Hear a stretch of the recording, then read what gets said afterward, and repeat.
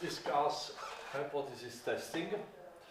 So hypothesis testing is a problem where I have a sample of n observations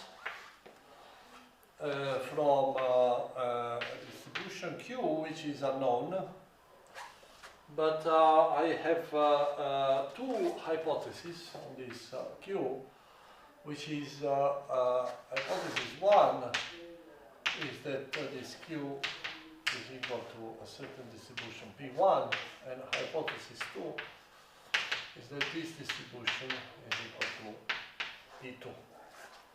So, and then you want to decide what of these two hypotheses is correct. So I'm going to take a simple case where each of these variables take one of values in a set, which is a discrete set,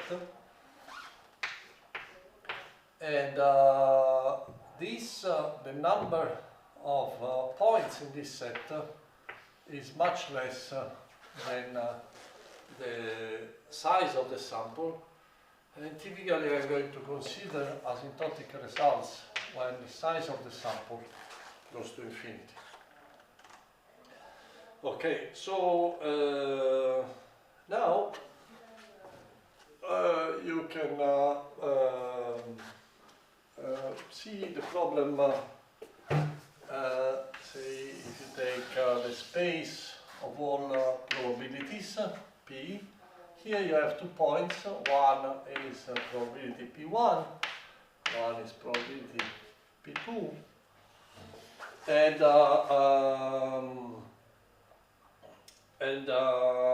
so if you want to decide whether hypothesis 1 is true or hypothesis 2 is true, one way to do is to draw an acceptance region .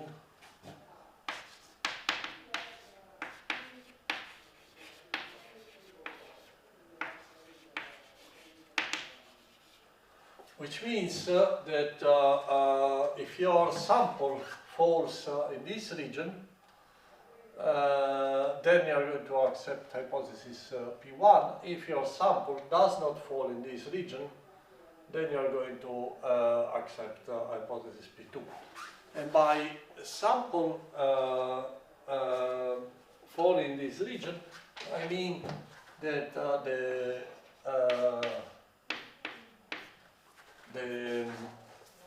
the type of the sample, or the empirical distribution, is a distribution, so it belongs to this space, so it should belong to this set K. Okay? So, very good.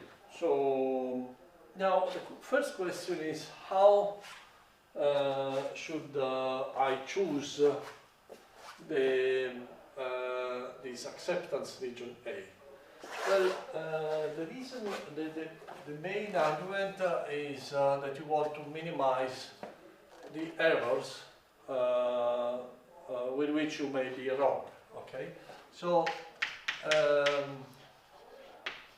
there are two types of errors. So one that we are going to call A, alpha, which is the probability that hypothesis 1 is true, so the true probability is H1, so the true probability is P1, but then your sample actually is going to fall into, is not going to fall in A, so you are not going to accept hypothesis 1, even if hypothesis 1 is true. Okay?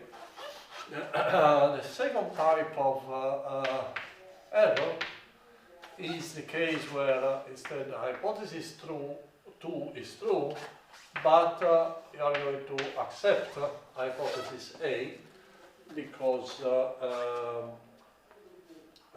your sample falls into A. And of course, by this notation, I mean, say, a sum of all the x in A of P2 of x, okay? And or there is a sum over all the samples such that the type belongs to A. Okay. Okay, very good. Now we want to find an acceptance region such that these two errors are as small as possible. And this is given to us by what is called the Lemma Pearson lemma. So the Lemma Pearson lemma tells that the best way to choose this acceptance region is by defining it in terms of log likelihood ratio. So A of t is a set of all samples such that the probability of 1 of x divided by the probability of 2 of x is larger or equal to t. Okay? So you have, so this t is a threshold that you can change in order to favor hypothesis 1 with respect to hypothesis 2. So as you change this t, you are going to change this acceptance region. You are going to shrink it or to expand it. Okay, so notice that clearly the P1 of x is what is the product I from 1 to n of P1 of xi. So this can be always written as the exponential of minus n times the DKL of the distance between the type and P1 minus n times the entropy of the type. Okay, and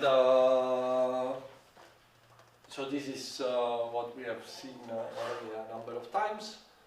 So what does this mean for the acceptance region is that the acceptance region can also be written as O dx such that the DKL of the type is the distance between the type of the sample and the distribution P1 in terms of DKL is less or equal, because it's a minus sign, of the t times, of the DKL of Px from P2 minus 1 over n times log of t. Okay, so you can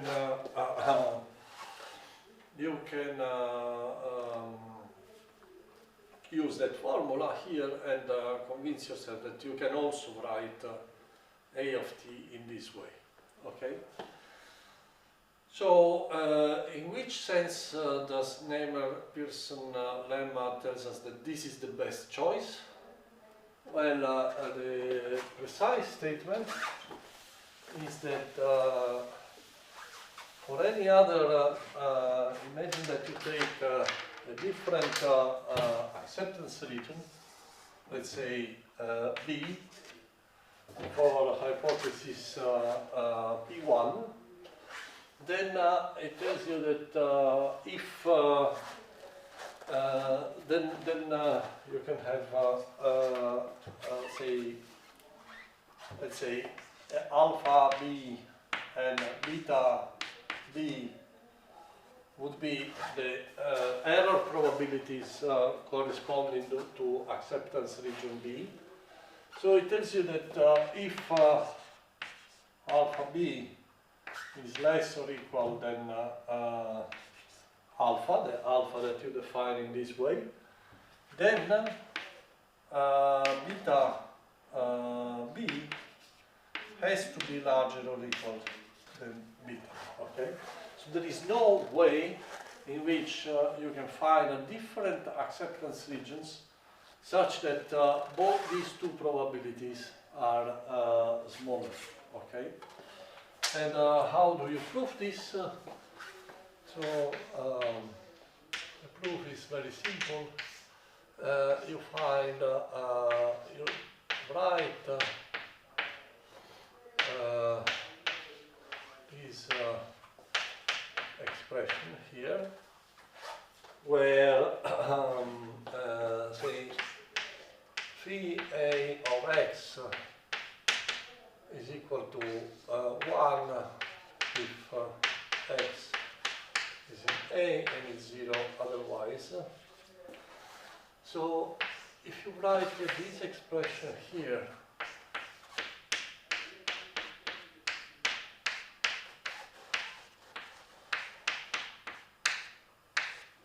okay, then you can easily see that this must be positive, okay?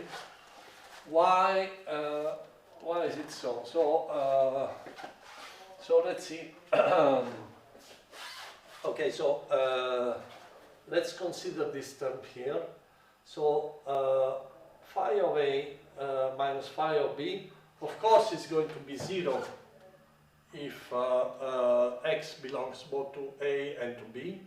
So it's going to be 0 in this region here. Okay, so let's so it's going to be 0, in all this region here, where so it's going to be 0 because then phi of A is equal to phi of B. Phi of A is equal to phi of B also in all this region here, where x does not belong either to A nor to B, because then both of these are equal to 0, so this equation is satisfied, there's an equality. So, and if we take an x which is in this region, then it belongs to B, but it doesn't belong to A. So this is negative because this is 0 and this is minus 1. And of course, because it doesn't belong to A, then this is also negative.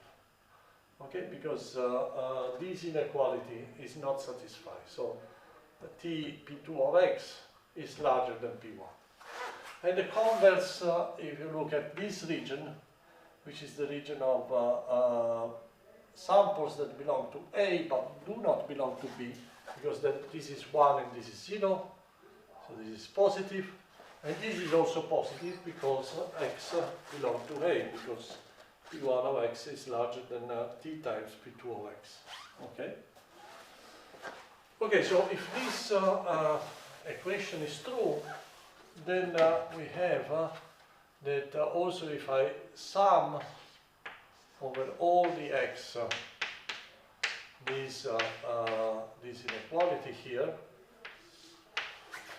then this is going to be larger or equal to 0. But then if I take this times this, I get 1 minus alpha, which is the error probability for A. If I take this times this, I get minus t times beta. If I take this times this, I get minus 1 minus alpha b. And if I take this times this, I get plus t times beta of b. Okay? So this and this go away. What this tells you is that, say, alpha b minus alpha should be larger or equal than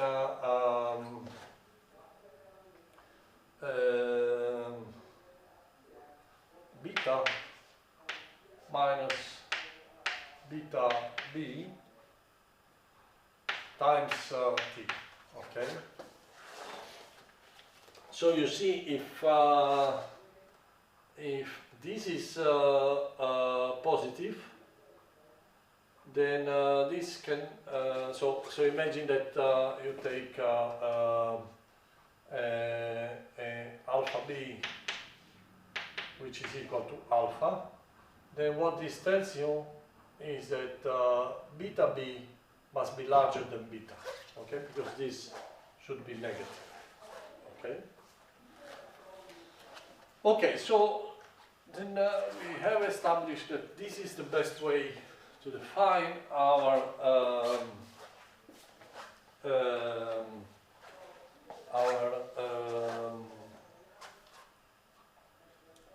acceptance region. Then now what we can do is to we can compute the error probabilities. Okay, so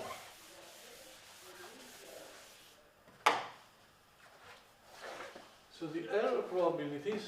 So if I want to compute this probability here, let's compute beta. Okay, so what is beta? So it's the probability that you draw a sample with this distribution, and this ends up in A. Okay, and P2 does not belong to A. Okay, so this is a large deviation problem. Okay, it's a problem where the sample that you draw does not belong to the typical set. Okay, so it's an atypical situation, and so we know how to solve this. We know what is the probability of this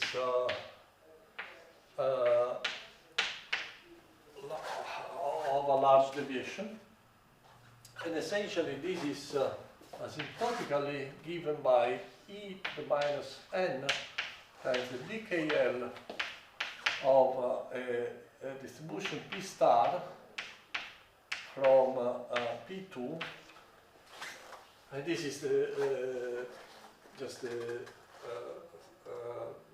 say Sanoff theorem, as we have seen, where this P star is what minimizes the DKL between P and P2 among all the distributions that are in A. Okay, so you should find that distribution that is in A that is closest to P, to P2 in terms of the curvature divergence. Okay. Now this is a problem. Is a constraint minimization problem. So in order to solve this problem, we should take the objective function, which is this, and then add the constraint, and the constraint is that P should belong to A. So the constraint is that the DKL of Px or P from P1 minus the DKL of P minus P2 should have a certain value, should satisfy a certain bond. So we can add a Lagrange multiplier proportional to DKL of P and P1 minus the DKL, or let's call it lambda, of P and P2. And we should adjust this lambda in such a way that this inequality is satisfied. And then we should add the usual constraint on normalization. Okay? So you take this objective function and then minimize it over p, over lambda, and over nu. Okay? So in particular, if we want to minimize it over p, we should take a derivative with respect to px, and we should set it equal to 0. Now, if you take a derivative here, if you remember what is the expression of the DKL, so here you get a term which is log of p of x divided by p2 of x.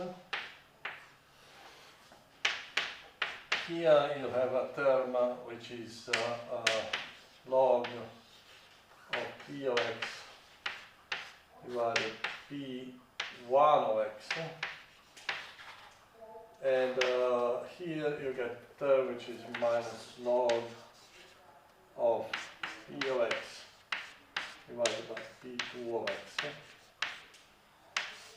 And here you get a constant, just a constant nu, which should be, well, you have other terms that come from that come from the derivative of p, but they give you just constant. So this essentially add to this term nu that is the parameter that you have to adjust to satisfy the normalization constraint. Okay, so if you work out the solution of this, it's just a few lines, and what you find is that the solution p star of x should be, actually let me write it here, the solution is of the form p star of x, which is p1 of x to the lambda times p to the 1 minus lambda of x normalized. Normalized means that the sum over x prime p1 of x prime to the lambda times p to 1 minus lambda of x prime. Okay? So this is my solution. And then and actually it is parameterized by a parameter lambda, so let's call this p lambda. And this lambda should be adjusted in such a way that the difference between these two DKL is equal to t. Okay? Is equal to this constant. And so, what does this means? If you look at this equation here, then you see that when lambda is equal to 1, you are at p1. When lambda is equal to 0, p lambda is equal to p2. So this equation, so this distribution is a distribution that goes from 1 to from p1 to p2. This is lambda equal to 1. This is lambda equal to 0. So the p lambda in general varies on a manifold, and the point that we should pick is the one where it crosses the acceptance region. Okay? And then using this equation here, you get the p lambda. Okay? So there are different ways of choosing these acceptance regions. So for example, if if you take alpha equal to epsilon, if you take alpha fixed, the first error probability fixed, then this result tells you that the error probability for beta should is essentially given by this object when lambda is essentially equal to 0, is essentially equal to 1, because essentially fixing alpha means that that this probability does not depend on n. So it's like putting an acceptance region very close to P1, and so this means that the beta should be e to the minus n times the DKL of P1 from P2. Okay, so this is called Stein's lemma, and it tells you if you fix one of the probabilities, error probabilities, what is the optimal value, the minimal value of the error on the second of the second type. Okay, so there is another way of fixing these probabilities is by using a Bayesian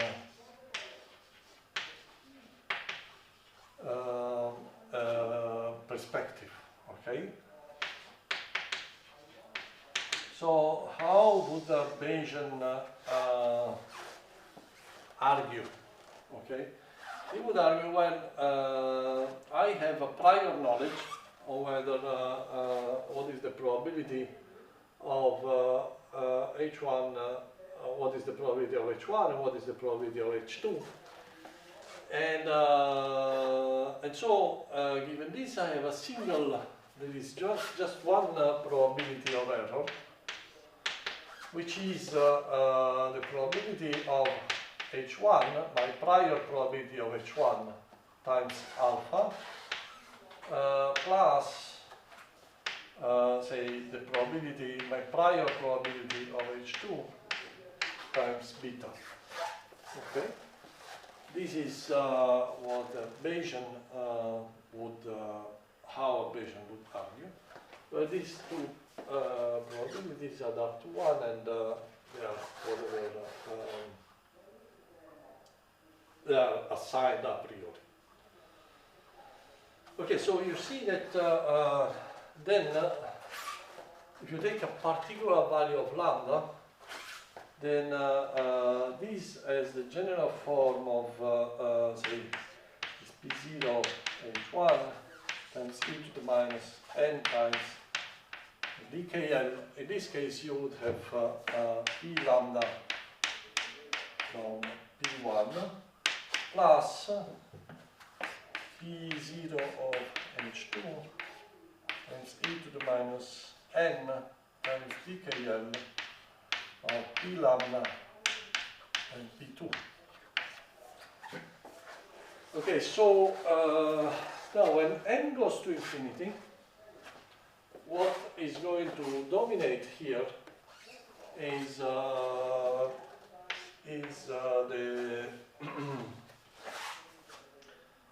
is either P1 or P2, so whichever has this rate, which is the smallest one. So this is essentially going to behave as e to the minus n times the minimum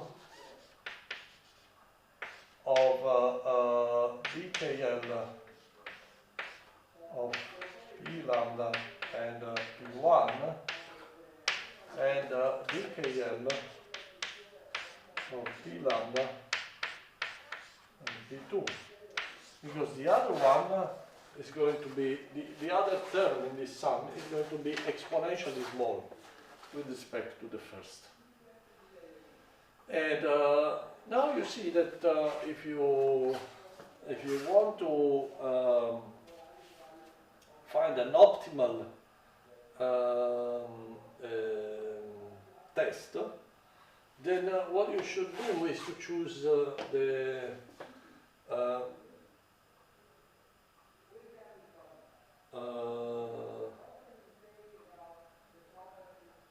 you should choose the lambda such that this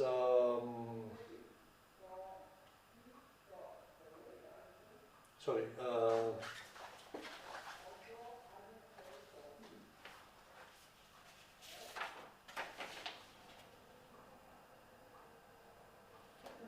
yes,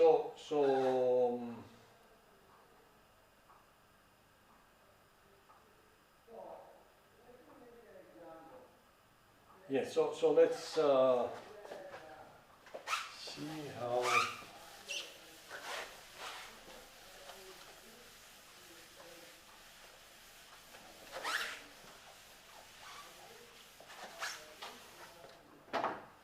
So this, so if I plot as a function of lambda between 0 and 1, so the DKL of, say, this will be the DKL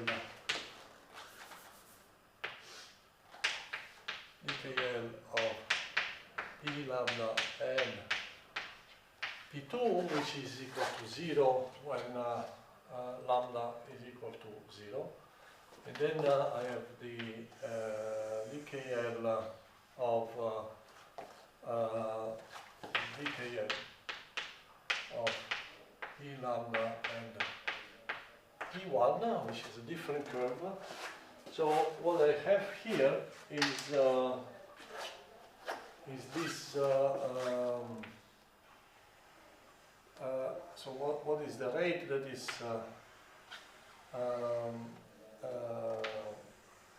prevailing is the minimum of these two curves, and so the error is given by the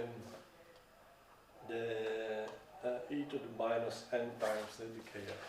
So there is a particular point. So in any case, this error will be always smaller or equal to e to the minus n times the max over lambda, or the minimum of the 2 DKL.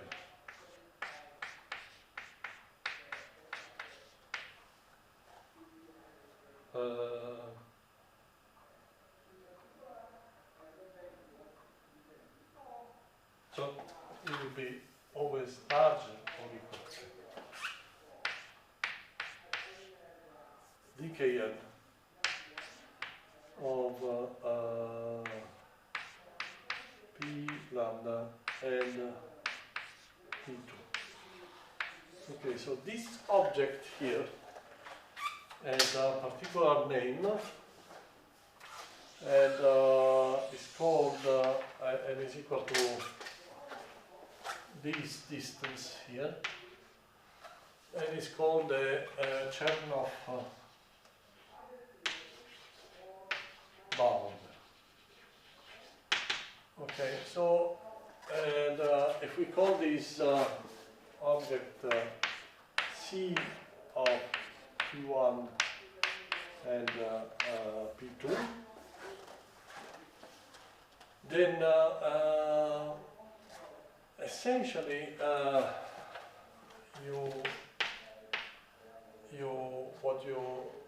what this tells you is that your error is always going to be larger or equal than e to the minus n times this Chernoff bound. So so this tells you that if you fix the error that you want to have to epsilon, then this tells you that if you want to have at least at most this error, then the number of samples that you have to have must be larger than minus log of error divided by this Chernoff bound. Okay, so this tells you that if you have to take a decision between these two options, so the Chernoff bound, and you want to get a certain error, the Chernoff bound tells you how many samples you should collect to take this decision. So this is actually the relevant question in this case, because say if you want to devise an alarm system, you want a system that triggers the response as soon as possible. So triggers the response with a minimal number of needs the minimum number of samples in order to trigger a response, okay, given a certain value of the error. Okay, so this is what I wanted to tell you about hypothesis testing.